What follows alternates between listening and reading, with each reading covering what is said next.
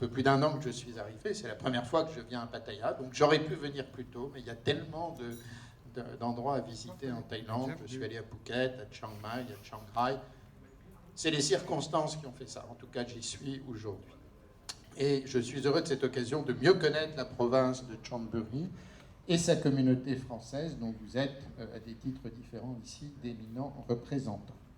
Alors, on sait bien qu'on ne présente plus Pattaya, et à maints égards, sa réputation dépasse même celle de Bangkok.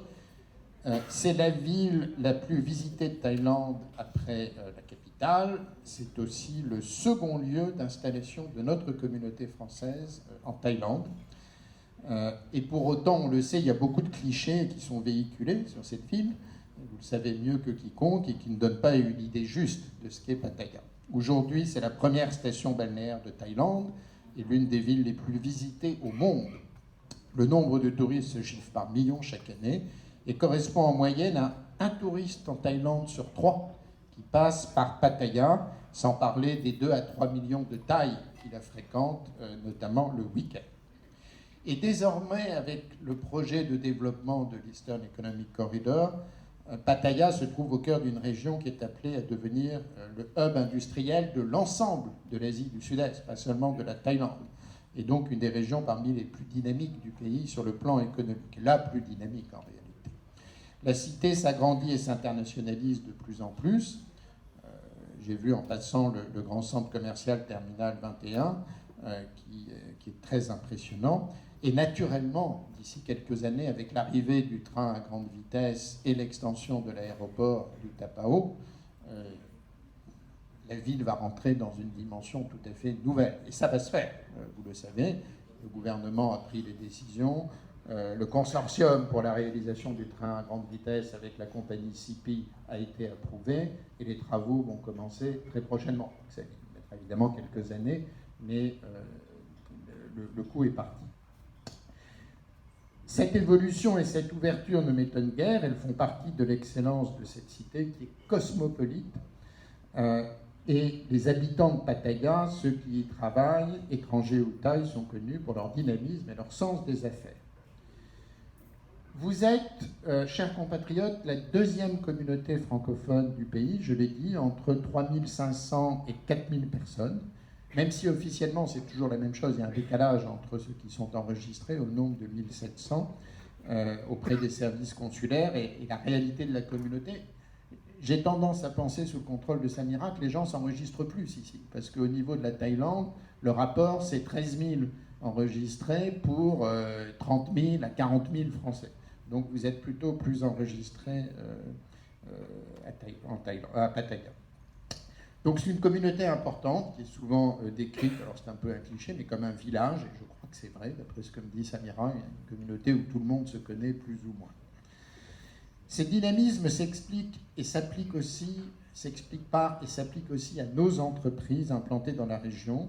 Alors je voudrais prendre un exemple récent qui est celui de l'usine de bioplastique de Total et de la compagnie néerlandaise Corbion, qui est une compagnie qui fabrique de l'acide lactique. Et cette nouvelle compagnie est un investissement de 150 millions de dollars que j'ai inauguré il y a 4 semaines avec les dirigeants de l'entreprise, fabrique du bioplastique, du plastique biodégradable, et ça va être la première usine au monde de fabrication de plastique biodégradable. Et c'est une illustration parmi d'autres de la contribution que nos entreprises apportent au développement économique de ce pays. J'ai aussi visité cet après-midi, avant de venir vous voir, l'impressionnant site de l'agence spatiale thaïlandaise, la GISDA, qui est pas loin, à proximité de Pattaya. Et vous le savez, la GISDA a conclu 2 accords très importants avec Airbus au cours des 10 dernières années, puisqu'ils ont acheté 2 satellites, les 2 seuls satielites qui appartiennent à la Thaïlande, TEOS 1 et TEOS 2. TEOS 1 est en activité depuis 11 ans, et TEOS 2, c'est un grand contrat qui a été signé l'année dernière, et il va être mis en orbite, le satellite, en 2021, sauf erreur de ma part.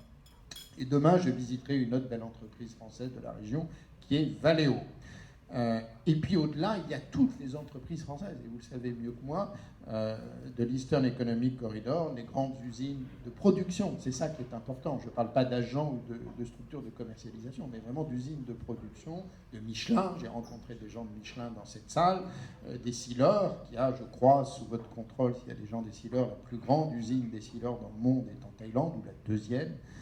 Schneider Electric, Saint-Gobain, et je ne vais pas toutes les citer, mais ça, c'est des usines que j'ai déjà visitées. Mais il y a aussi des PME. Il y a 3 jours, on était à Chonburi, à côté de Chonburi, dans une entreprise qui s'appelle Argeville, et qui est une entreprise de parfumerie de la région de Grasse, de Mougins, qui fabrique des bases de parfums, et c'est extraordinaire ce qu'ils ont fait. C'est une petite unité, ils démarrent, ils ont investi 2 millions d'euros, mais c'est splendide, c'est super moderne. Donc vous avez à la fois beaucoup de grandes entreprises françaises et des PME, et ça continue d'arriver. On sait que la grande vague des entreprises françaises pour les anciens de Pattaya, c'était dans les années 80, 70, 80, 90, ça s'est un peu calmé, et là je trouve que ça repart.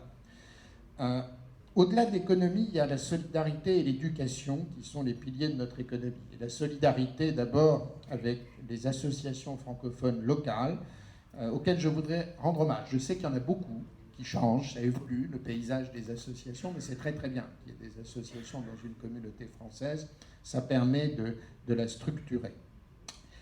Solidarité incarnée aussi par notre réseau d'îlotiers bénévoles qui contribuent à notre sécurité et qui sont réellement engagés au service de l'ambassade et de la communauté. Ce n'est pas toujours connu, mais c'est un vrai travail d'être îlotier, surtout quand il y a des périodes de crise. Et je voudrais leur faire part de notre reconnaissance. Et puis l'éducation, puisque nous avons la chance d'avoir à Pattaya un établissement homologué par l'AEFE sur l'ensemble du cycle primaire. Je rappelle que l'homologation est accordée à des établissements français à l'étranger, ou à des établissements à l'étranger qui suivent le programme français en enseignement direct et obéissent à un faisceau d'obligations pédagogiques attestées par un inspecteur de l'éducation nationale. Je le dis, c'est un peu compliqué, toutes les écoles ne peuvent pas être homologuées, ce n'est pas automatique, mais en même temps, l'homologation est un gage de qualité et de sérieux absolument considérable.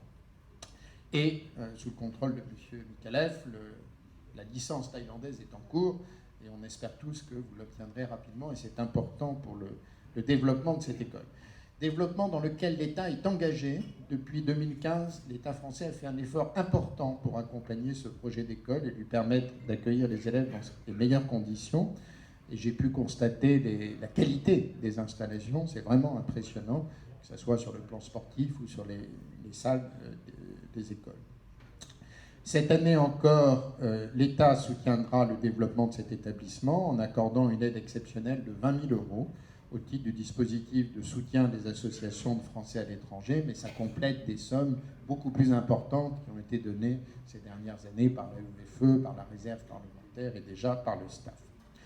Mais, pardon, ce discours est un peu long parce que j'en suis qu'à la moitié. En réalité, j'ai surtout voulu, à l'occasion de ce déplacement hors de Bangkok, et comme j'avais pu le dire auparavant, comme j'avais pu le faire auparavant avec mes compatriotes de Chiang Mai, de Chiang Rai, de Phuket, vous entendre vos témoignages, connaître vos attentes et aussi vos préoccupations. Je sais que vous en avez, je serais surpris que vous n'en ayez pas. Et mon souhait est de contribuer à ma modeste mesure, on ne peut pas tout dans une ambassade, vous le savez, mais contribuer à réduire les distances que vous ressentez parfois par rapport à Bangkok, par rapport évidemment à la France, et essayer de renforcer ce lien avec nos services publics et avec le pays dans son ensemble. Les réglementations actuelles en Thaïlande, je le sais, apparaissent plus contraignantes, les autorités plus exigeantes en ce moment. Et je comprends que parfois vous puissiez vous sentir un peu déconcerté par toutes ces informations qui circulent. Et nous sommes là, le consulat surtout, et Samira Abdelli, pour vous aider, vous accompagner dans vos démarches, dans la mesure et dans les limites de nos prérogatives. J'ai rendu visite ce matin au maire de Pattaya, qui m'a... Alors, ce n'est pas sa compétence, le maire, c'est un élu local, il n'est pas en charge de l'immigration ou de la police, comme vous le savez, mais en tout cas, je lui ai beaucoup parlé de ces inquiétudes que nous avons sur les questions d'immigration et de visa, et il en était conscient, et il m'a dit qu'il continuerait à le relayer, parce qu'évidemment, vous n'êtes pas la seule communauté étrangère qui a ces difficultés. S'agissant des démarches consulaires, je puis vous assurer que mes services font de leur mieux sous l'autorité de notre consul pour faire de la modernisation des services publics voulue par le chef de l'État une réalité concrète. Vous le savez, il y a une permanence consulaire qui est assurée personnellement par la consul et qui se tient chaque mois dans les locaux de nos amis allemands et autrichiens, que je remercie vivement à cette occasion. Alors, je sais bien qu'avant, dans le temps, il y avait un consul honoraire basé à Pattaya, que certains regrettent qu'il n'y en ait pas. Il n'y a pas de raison de principe derrière. Il faut trouver la bonne personne. Pourquoi pas? On n'y est pas fermé par le principe. Sur le principe, j'espère que Samira ne m'en voudra pas de dire ça. Elle fait un travail énorme ici, elle vient, ça la soulagerait aussi. On peut y réfléchir. Simplement, encore une fois, il faut trouver, parce que c'est une vraie charte d'être consul honoraire, donc il faut trouver quelqu'un qui est volontaire pour le faire et qui correspond aux spécifications. Mais pas d'opposition de principe. De nombreuses démarches, vous le savez, sont maintenant désormais réalisables en ligne, que ce soit l'inscription sur les listes électorales, les demandes d'actes d'état civil ou d'assistance consulaire et l'obtention de certificats divers. Et puis, évidemment, vous disposez de services consulaires de plein exercice à 2 heures d'ici. Bangkok est un peu loin, mais après tout, 2 heures, on peut le faire quand il y a vraiment des démarches importantes, obtenir un passeport, par exemple. Alors, je sais que la dématérialisation des formalités liées au certificat de vie, ça aussi, c'est un gros sujet qui interviendra au cours de ce trimestre, s'accompagne de difficultés spécifiques. La règle, c'est que les autorités locales sont seules compétentes pour délivrer les certificats de vie, et pas pour délivrer les certificats, mais pour viser vos certificats. Les caisses françaises ont aussi développé un portail informatique unique que vous pouvez consulter, qui s'appelle info.retraite.fr. Alors on constate un certain nombre de refus opposés par les autorités locales. Donc nous, on essaie vraiment d'arranger les choses. C'est-à-dire, là aussi, Samira, la priorité, c'est les autorités locales. S'il n'y a pas d'autre solution, on vous aidera pour les certificats de vie. Hein. On ne va pas vous abandonner là-dessus. Mais on a maintenant des instructions, c'est vrai, qui sont assez strictes. Et ce qu'il faut, c'est surtout faire en sorte que les autorités locales visent les certificats de vie. Alors, ils s'y opposent, des fois ils disent c'est en français, on ne comprend pas, on ne peut pas le faire, il faut des traductions en thaï, mais c'est vraiment la voie normale à suivre.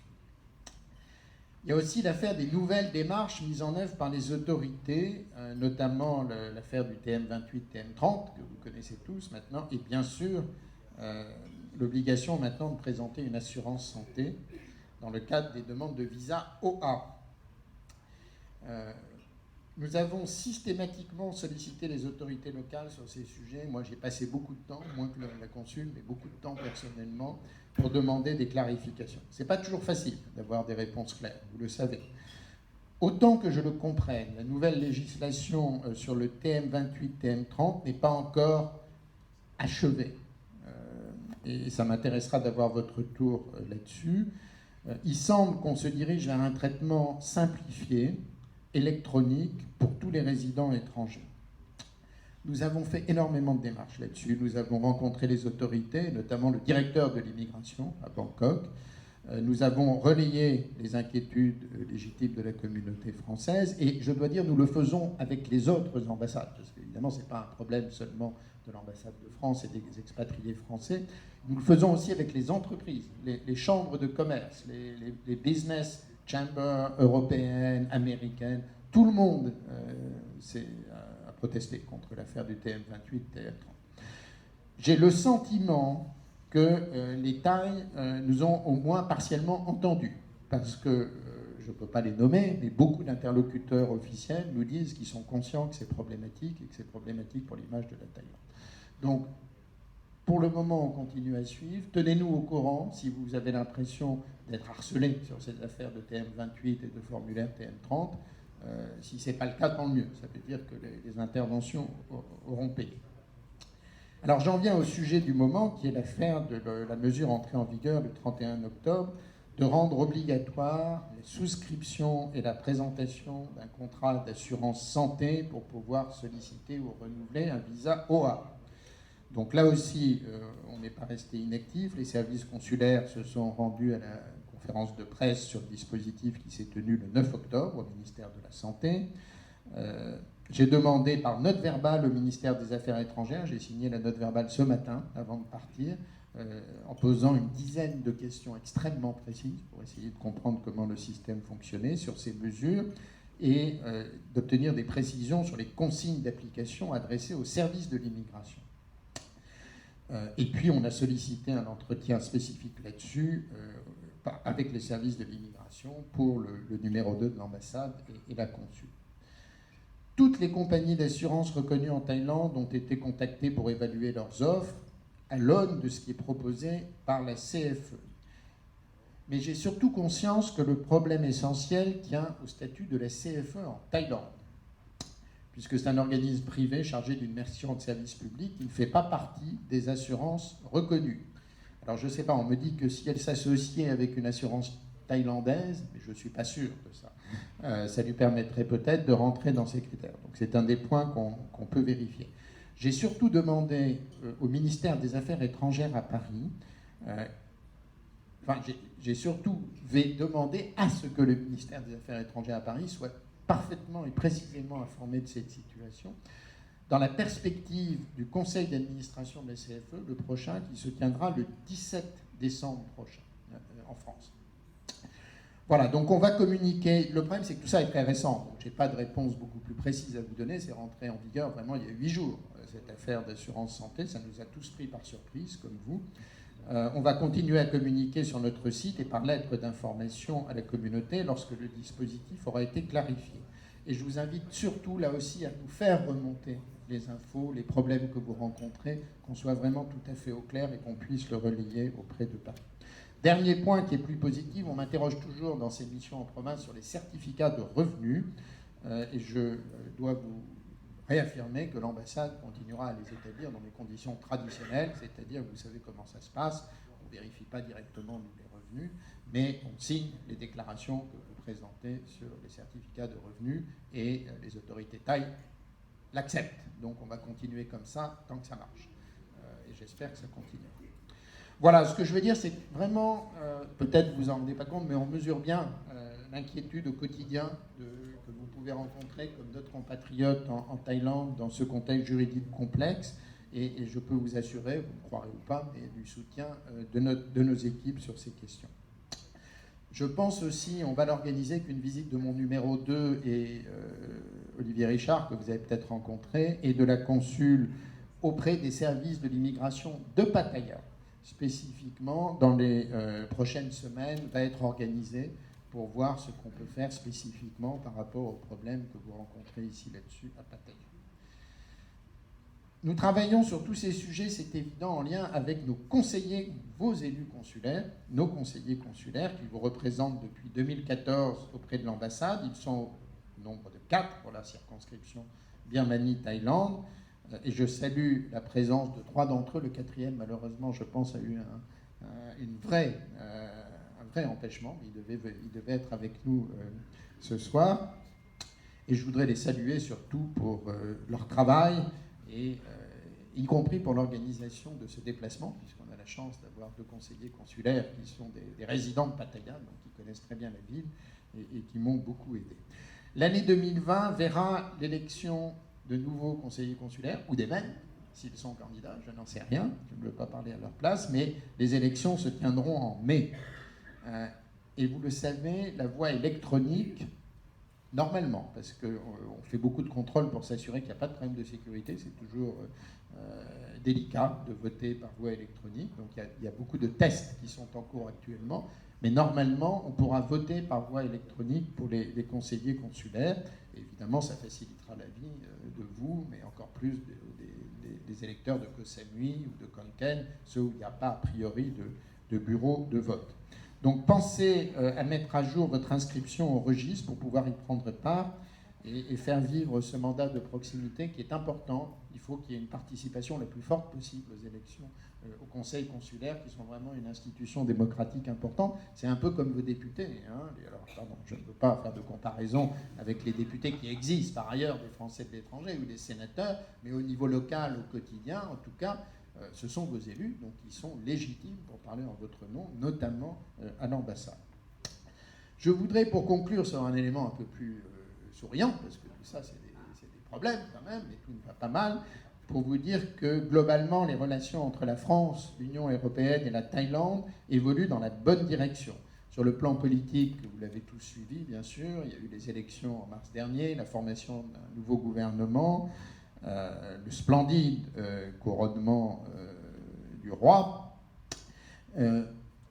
Et tout ça nous a permis de revenir à des relations normalisées. C'est-à-dire que l'Union européenne a levé toutes les mesures qu'elle avait prises depuis le coup d'État et qu'ensuite elle avait progressivement levées. Donc il n'y a plus aucune mesure contre la Thaïlande aujourd'hui qui vient de l'Europe et donc évidemment de la France. Et ça devrait notamment permettre la reprise de la négociation d'un accord de libre-échange entre la Thaïlande et l'Union européenne, ce qui est évidemment une bonne nouvelle pour nos exportateurs, notamment pour les exportateurs de vins et spiritueux, qui, comme vous le savez, sont taxés à très haut niveau dans ce pays, mais pour beaucoup de produits français en réalité.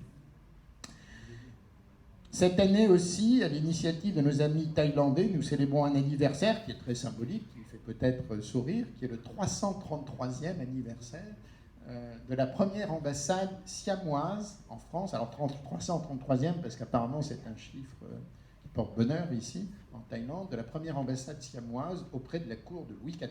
Donc en 1686, c'est l'envoyé qui s'appelait Kosapan, et qui est arrivé sur des bateaux français, d'une ambassade française, qui a débarqué à Brest. C'est pour ça, comme la plupart d'entre vous le savent, qu'il y a une rue de Siam à Brest, et qui ensuite est allé par calèche à Versailles et remonté dans le nord de la France. Et donc, on célèbre ça avec un certain nombre d'événements symboliques. Et il y aura notamment une statue en bronze qui a été réalisée par des associations thaïlandais amis de la France, qui est très belle, de l'envoyé Kosapan, et qu'on va envoyer à Brest et qui sera mis à côté de la rue de Siam, dans un des seuils de la rue de Siam à Brest, si j'ose dire, qui sera maintenant visible par tous les Français. Voilà, je vais m'arrêter parce que c'est vraiment trop long. Et je voudrais avoir le temps d'échanger un peu librement avec vous autour de ce qui reste de cette collection. J'espère qu'il en reste un peu. Et je vous remercie surtout d'avoir pris le temps de venir à notre rencontre et je vous souhaite une très bonne soirée. Merci.